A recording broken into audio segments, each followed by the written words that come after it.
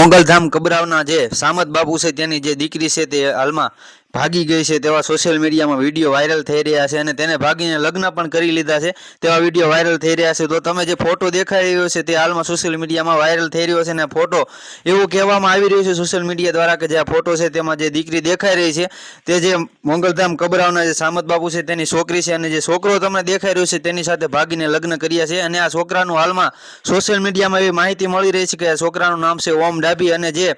છેલ્લા 3 વર્ષથી મોંગલધામ કબરાવે જે આવતો હતો અને હાલમાં જે એને એમ કહેવાય કે ભાગીને લગ્ન કરી લીધા છે અને